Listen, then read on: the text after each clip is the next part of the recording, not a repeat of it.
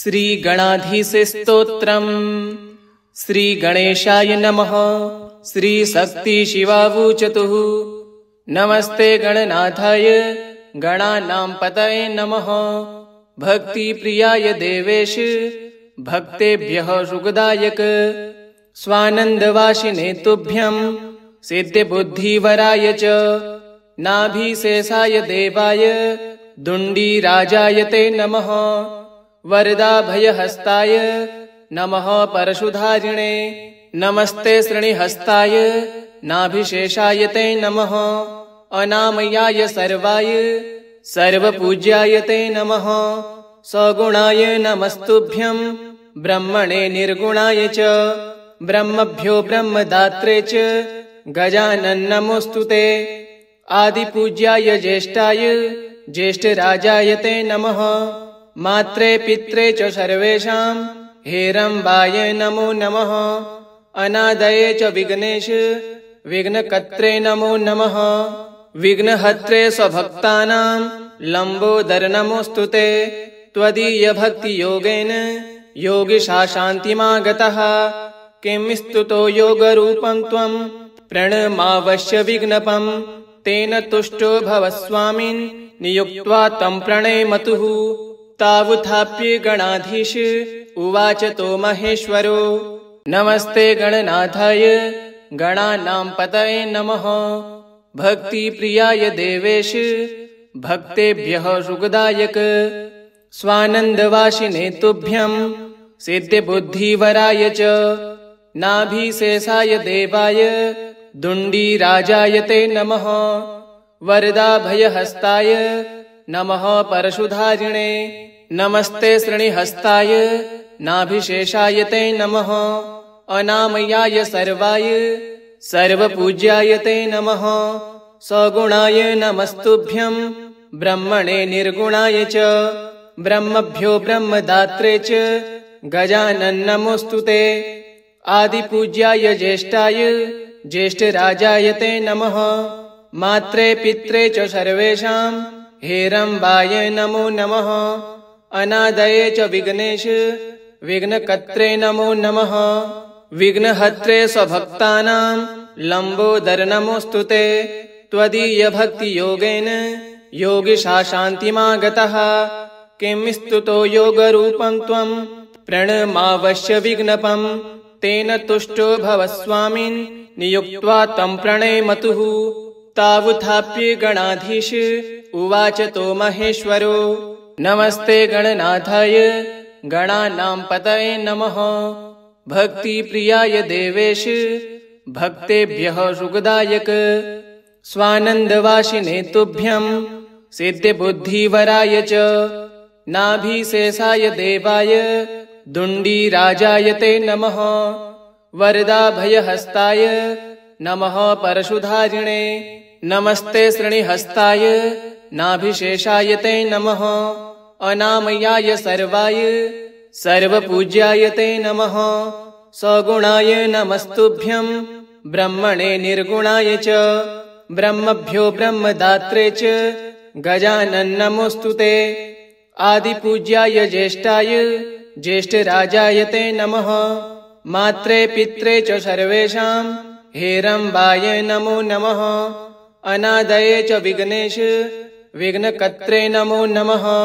विघ्नहर्त्रे स्वभक्तानां लम्बोदर नमोऽस्तु ते। त्वदीयभक्तियोगेन योगिशाशान्तिमागतः किं स्तुतो योगरूपं त्वं प्रणमावश्य विघ्नपं तेन तुष्टो भव स्वामिन् नियुक्त्वा तं प्रणेमतुः। तावुत्थाप्य गणाधीश उवाच तो महेश्वरो नमस्ते गणनाथाय गणानां पतये नमः। भक्तिप्रियाय देवेश भक्तेभ्यः सुखदायक स्वानन्दवासिने तुभ्यं सिद्धिबुद्धिवराय च नाभिशेषाय देवाय दुण्डीराजाय ते नमः। वरदाभयहस्ताय नमः परशुधारिणे नमस्ते श्रेणिहस्ताय नाभिशेषाय ते नमः। अनामयाय सर्वाय सर्वपूज्याय ते नमः। सगुणाय नमस्तुभ्यं ब्रह्मणे निर्गुणाय च ब्रह्मभ्यो ब्रह्मदात्रे च गजानन नमोऽस्तुते। आदिपूज्याय ज्येष्ठाय ज्येष्ठराजाय ते नमः। मात्रे पित्रे च सर्वेषां हेरम्बाय नमो नमः। अनादये च विघ्नेश विघ्नकर्त्रे नमो नमः। विघ्नहर्त्रे स्वभक्तानां लम्बोदर नमोऽस्तुते। त्वदीयभक्तियोगेन योगिशा शान्तिमागतः। किं स्तुतो योगरूपं त्वं प्रणमावश्य विघ्नपं। तेन तुष्टो भव स्वामिन् नियुक्त्वा तं प्रणेमतुः। तावुत्थाप्य गणाधीश उवाच तो महेश्वरो। नमस्ते गणनाथाय गणानां पतये नमः। भक्तिप्रियाय देवेश भक्तेभ्यः सुखदायक। स्वानन्दवासिने तुभ्यं सिद्धिबुद्धिवराय च। नाभिशेषाय देवाय दुण्डीराजाय ते नमः। वरदाभयहस्ताय नमः परशुधारिणे। नमस्ते श्रेणिहस्ताय नाभिशेषाय ते नमः। अनामयाय सर्वाय सर्वपूज्याय ते नमः। सगुणाय नमस्तुभ्यं ब्रह्मणे निर्गुणाय च ब्रह्मभ्यो ब्रह्मदात्रे च गजानन नमोऽस्तुते।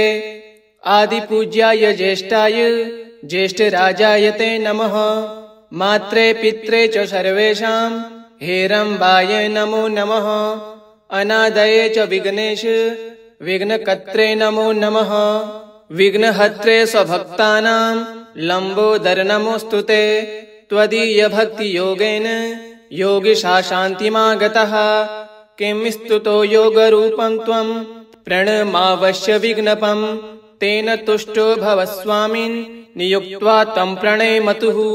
तावुत्थाप्य गणाधीश उवाच तो महेश्वरो। नमस्ते गणनाथाय गणानां पतये नमः। भक्तिप्रियाय देवेश भक्तेभ्यः सुखदायक। स्वानन्दवासिने तुभ्यं सिद्धिबुद्धिवराय च। नाभिशेषाय देवाय दुण्डीराजाय ते नमः। वरदाभयहस्ताय नमः परशुधारिणे। नमस्ते श्रेणिहस्ताय नाभिशेषाय ते नमः। अनामयाय सर्वाय सर्वपूज्याय ते नमः। सगुणाय नमस्तुभ्यं ब्रह्मणे निर्गुणाय च ब्रह्मभ्यो ब्रह्मदात्रे च गजानन नमोऽस्तुते। आदिपूज्याय ज्येष्ठाय ज्येष्ठराजाय ते नमः। मात्रे पित्रे च सर्वेषां हेरम्बाय नमो नमः। अनादये च विघ्नेश विघ्नकर्त्रे नमो नमः। विघ्नहर्त्रे स्वभक्तानां लम्बोदर नमोऽस्तुते। त्वदीयभक्तियोगेन योगिशा शान्तिमागतः। किं स्तुतो योगरूपं त्वं प्रणमावश्य विघ्नपं। तेन तुष्टो भव स्वामिन् नियुक्त्वा तं प्रणेमतुः। तावुत्थाप्य गणाधीश उवाच तो महेश्वरो। नमस्ते गणनाथाय गणानां पतये नमः। भक्तिप्रियाय देवेश भक्तेभ्यः सुखदायक। स्वानन्दवासिने तुभ्यं सिद्धिबुद्धिवराय च। नाभिशेषाय देवाय दुण्डीराजाय ते नमः। वरदाभयहस्ताय नमः परशुधारिणे। नमस्ते श्रेणिहस्ताय नाभिशेषाय ते नमः। अनामयाय सर्वाय सर्वपूज्याय ते नमः। सगुणाय नमस्तुभ्यं ब्रह्मणे निर्गुणाय च ब्रह्मभ्यो ब्रह्मदात्रे च गजानन नमोऽस्तुते। आदिपूज्याय ज्येष्ठाय ज्येष्ठराजाय ते नमः। मात्रे पित्रे च सर्वेषां हेरम्बाय नमो नमः। अनादये च विघ्नेश विघ्नकर्त्रे नमो नमः। विघ्नहर्त्रे स्वभक्तानां लम्बोदर नमोऽस्तुते। त्वदीयभक्तियोगेन योगिशा शान्तिमागतः। किं स्तुतो योगरूपं त्वं प्रणमावश्य विघ्नपं। तेन तुष्टो भव स्वामिन् नियुक्त्वा तं प्रणेमतुः। तावुत्थाप्य गणाधीश उवाच तो महेश्वरो नमस्ते गणनाथाय गणानां पतये नमः। भक्तिप्रियाय देवेश भक्तेभ्यः सुखदायक स्वानन्दवासिने तुभ्यं सिद्धिबुद्धिवराय च नाभिशेषाय देवाय दुण्डीराजाय ते नमः। वरदाभयहस्ताय नमः परशुधारिणे नमस्ते श्रेणिहस्ताय नाभिशेषाय ते नमः। अनामयाय सर्वाय सर्वपूज्याय ते नमः। सगुणाय नमस्तुभ्यं ब्रह्मणे निर्गुणाय च ब्रह्मभ्यो ब्रह्मदात्रे च गजानन नमोस्तुते। आदिपूज्याय ज्येष्ठाय ज्येष्ठराजाय ते नमः। मात्रे पित्रे च सर्वेषां हेरम्बाय नमो नमः। अनादये च विघ्नेश विघ्नकर्त्रे नमो नमः। विघ्नहर्त्रे स्वभक्तानां लम्बोदर नमोस्तुते। त्वदीयभक्तियोगेन योगिशा शान्तिमागतः। किं स्तुतो योगरूपं त्वं प्रणमावश्य विघ्नपम्। तेन तुष्टो भव स्वामिन् नियुक्त्वा तं प्रणेमतुः। तावुत्थाप्य गणाधीश उवाच तो महेश्वरो नमस्ते गणनाथाय गणानां पतये नमः। भक्तिप्रियाय देवेश भक्तेभ्यः सुखदायक स्वानन्दवासिने तुभ्यं सिद्धिबुद्धिवराय च नाभिशेषाय देवाय दुण्डीराजाय ते नमः। वरदाभयहस्ताय नमः परशुधारिणे नमस्ते श्रेणिहस्ताय नाभिशेषाय ते नमः। अनामयाय सर्वाय सर्वपूज्याय ते नमः। सगुणाय नमस्तुभ्यं ब्रह्मणे निर्गुणाय च ब्रह्मभ्यो ब्रह्मदात्रे च गजानन नमोस्तुते। आदिपूज्याय ज्येष्ठाय ज्येष्ठराजाय ते नमः। मात्रे पित्रे च सर्वेषां हेरम्बाय नमो नमः। अनादये च विघ्नेश विघ्नकर्त्रे नमो नमः। विघ्नहर्त्रे स्वभक्तानां लम्बोदर नमोस्तुते। त्वदीयभक्तियोगेन योगिशा शान्तिमागतः। किं स्तुतो योगरूपं त्वं प्रणमावश्य विघ्नपम्। तेन तुष्टो भव स्वामिन् नियुक्त्वा तं प्रणेमतुः। तावुत्थाप्य गणाधीश उवाच तो महेश्वरो नमस्ते गणनाथाय गणानां पतये नमः।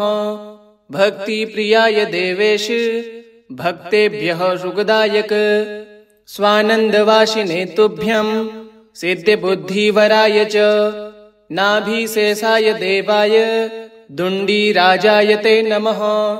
वरदाभयहस्ताय नमः परशुधारिणे नमस्ते श्रेणिहस्ताय नाभिशेषाय ते नमः। अनामयाय सर्वाय सर्वपूज्याय ते नमः। सगुणाय नमस्तुभ्यं ब्रह्मणे निर्गुणाय च ब्रह्मभ्यो ब्रह्मदात्रे च गजानन नमोस्तुते। आदिपूज्याय ज्येष्ठाय ज्येष्ठराजाय ते नमः। मात्रे पित्रे च सर्वेषां हेरम्बाय नमो नमः। अनादये च विघ्नेश विघ्नकर्त्रे नमो नमः। विघ्नहर्त्रे स्वभक्तानां लम्बोदर नमोस्तुते। त्वदीयभक्तियोगेन योगिशा शान्तिमागतः। किं स्तुतो योगरूपं त्वं प्रणमावश्य विघ्नपम्। तेन तुष्टो भव स्वामिन् नियुक्त्वा तं प्रणेमतुः। तावुत्थाप्य गणाधीश उवाच तो महेश्वरो नमस्ते गणनाथाय गणानां पतये नमः। भक्तिप्रियाय देवेश भक्तेभ्यः सुखदायक स्वानन्दवासिने तुभ्यं सिद्धिबुद्धिवराय च नाभिशेषाय देवाय दुण्डीराजाय ते नमः। वरदाभयहस्ताय नमः परशुधारिणे नमस्ते श्रेणिहस्ताय नाभिशेषाय ते नमः। अनामयाय सर्वाय सर्वपूज्याय ते नमः। सगुणाय नमस्तुभ्यं ब्रह्मणे निर्गुणाय च ब्रह्मभ्यो ब्रह्मदात्रे च गजानन नमोऽस्तु ते। आदिपूज्याय ज्येष्ठाय ज्येष्ठराजाय ते नमः। मात्रे पित्रे च सर्वेषां हेरम्बाय नमो नमः। अनादये च विघ्नेश विघ्नकर्त्रे नमो नमः। विघ्नहर्त्रे स्वभक्तानां लम्बोदर नमोऽस्तु ते। त्वदीयभक्तियोगेन योगिशाशान्तिमागतः। किं स्तुतो योगरूपं त्वं प्रणमावश्य विघ्नपम्। तेन तुष्टो भव स्वामिन् नियुक्त्वा तं प्रणेमतुः। तावुत्थाप्य गणाधीश उवाच तो महेश्वरो। नमस्ते गणनाथाय गणानां पतये नमः। भक्तिप्रियाय देवेश भक्तेभ्यः सुखदायक। स्वानन्दवासिने तुभ्यं सिद्धिबुद्धिवराय च। नाभिशेषाय देवाय दुण्डीराजाय ते नमः। वरदाभयहस्ताय नमः परशुधारिणे। नमस्ते श्रेणिहस्ताय नाभिशेषाय ते नमः। अनामयाय सर्वाय सर्वपूज्याय ते नमः। सगुणाय नमस्तुभ्यं ब्रह्मणे निर्गुणाय च। ब्रह्मभ्यो ब्रह्मदात्रे च गजानन नमोऽस्तु ते। आदिपूज्याय ज्येष्ठाय ज्येष्ठराजाय ते नमः। मात्रे पित्रे च सर्वेषां हेरम्बाय नमो नमः। अनादये च विघ्नेश विघ्नकर्त्रे नमो नमः। विघ्नहर्त्रे स्वभक्तानां लम्बोदर नमोऽस्तु ते। त्वदीयभक्तियोगेन योगिशाशान्तिमागतः। किं स्तुतो योगरूपं त्वं प्रणमावश्य विघ्नपम्। तेन तुष्टो भव स्वामिन् नियुक्त्वा तं प्रणेमतुः। तावुत्थाप्य गणाधीश उवाच तो महेश्वरो। नमस्ते गणनाथाय गणानां पतये नमः। भक्तिप्रियाय देवेश भक्तेभ्यः सुखदायक। स्वानन्दवासिने तुभ्यं सिद्धिबुद्धिवराय च। नाभिशेषाय देवाय दुण्डीराजाय ते नमः। वरदाभयहस्ताय नमः परशुधारिणे। नमस्ते श्रेणिहस्ताय नाभिशेषाय ते नमः। अनामयाय सर्वाय सर्वपूज्याय ते नमः। सगुणाय नमस्तुभ्यं ब्रह्मणे निर्गुणाय च। ब्रह्मभ्यो ब्रह्मदात्रे च गजानन नमोऽस्तु ते। आदिपूज्याय ज्येष्ठाय ज्येष्ठराजाय ते नमः। मात्रे पित्रे च सर्वेषां हेरम्बाय नमो नमः। अनादये च विघ्नेश विघ्नकर्त्रे नमो नमः। विघ्नहर्त्रे स्वभक्तानां लम्बोदर नमोऽस्तु ते। त्वदीयभक्तियोगेन योगिशाशान्तिमागतः। किं स्तुतो योगरूपं त्वं प्रणमावश्य विघ्नपम्। तेन तुष्टो भव स्वामिन् नियुक्त्वा तं प्रणेमतुः। तावुत्थाप्य गणाधीश उवाच तो महेश्वरो। नमस्ते गणनाथाय गणानां पतये नमः। भक्तिप्रियाय देवेश भक्तेभ्यः सुखदायक। स्वानन्दवासिने तुभ्यं सिद्धिबुद्धिवराय च। नाभिशेषाय देवाय दुण्डीराजाय ते नमः। वरदाभयहस्ताय नमः परशुधारिणे। नमस्ते श्रेणिहस्ताय नाभिशेषाय ते नमः। अनामयाय सर्वाय सर्वपूज्याय ते नमः। सगुणाय नमस्तुभ्यं ब्रह्मणे निर्गुणाय च। ब्रह्मभ्यो ब्रह्मदात्रे च गजानन नमोऽस्तु ते।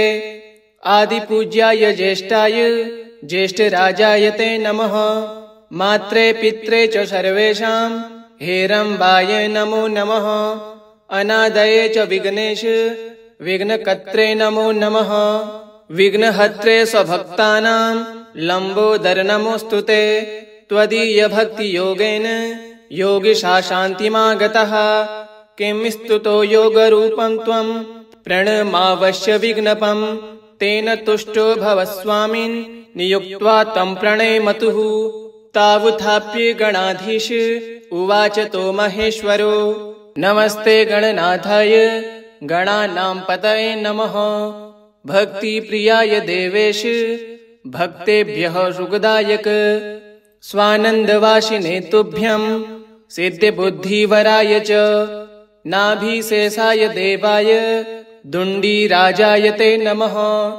वरदाभयहस्ताय नमः परशुधारिणे नमस्ते श्रेणिहस्ताय नाभिशेषाय ते नमः। अनामयाय सर्वाय सर्वपूज्याय ते नमः। सगुणाय नमस्तुभ्यं ब्रह्मणे निर्गुणाय च ब्रह्मभ्यो ब्रह्मदात्रे च गजानन नमोस्तुते। आदिपूज्याय ज्येष्ठाय ज्येष्ठराजाय ते नमः। मात्रे पित्रे च सर्वेषां हेरम्बाय नमो नमः। अनादये च विघ्नेश विघ्नकर्त्रे नमो नमः। विघ्नहर्त्रे स्वभक्तानां लम्बोदर नमोस्तुते। त्वदीयभक्तियोगेन योगिशाशान्तिमागतः किं स्तुतो योगरूपं त्वं प्रणमावश्य विघ्नपम्। तेन तुष्टो भव स्वामिन् नियुक्त्वा तं प्रणेमतुः। तावुत्थाप्य गणाधीश उवाच तो महेश्वरो नमस्ते गणनाथाय गणानां पतये नमः। भक्तिप्रियाय देवेश भक्तेभ्यः सुखदायक स्वानन्दवासिने तुभ्यं सिद्धिबुद्धिवराय च नाभिशेषाय देवाय दुण्डीराजाय ते नमः। वरदाभयहस्ताय नमः परशुधारिणे नमस्ते श्रेणिहस्ताय नाभिशेषाय ते नमः। अनामयाय सर्वाय सर्वपूज्याय ते नमः। सगुणाय नमस्तुभ्यं ब्रह्मणे निर्गुणाय च ब्रह्मभ्यो ब्रह्मदात्रे च गजानन नमोस्तुते। आदिपूज्याय ज्येष्ठाय ज्येष्ठराजाय ते नमः। मात्रे पित्रे च सर्वेषां हेरम्बाय नमो नमः। अनादये च विघ्नेश विघ्नकर्त्रे नमो नमः। विघ्नहर्त्रे स्वभक्तानां लम्बोदर नमोस्तुते। त्वदीयभक्तियोगेन योगिशाशान्तिमागतः किं स्तुतो योगरूपं त्वं प्रणमावश्य विघ्नपम्। तेन तुष्टो भव स्वामिन् नियुक्त्वा तं प्रणेमतुः। तावुत्थाप्य गणाधीश उवाच तो महेश्वरो श्रीगणेश उवाच भवत्कृतमिदं स्तोत्रं मम भक्तिविवर्धनं भविष्यति च सौख्यस्य पठते शृण्वते प्रदं। भुक्तिमुक्तिप्रदं चैव पुत्रपौत्रादिकं तथा धनधान्यादिकं सर्वं लभते तेन निश्चितं। वरं च वदतं देवो प्रसन्नोऽहं ददामि तं।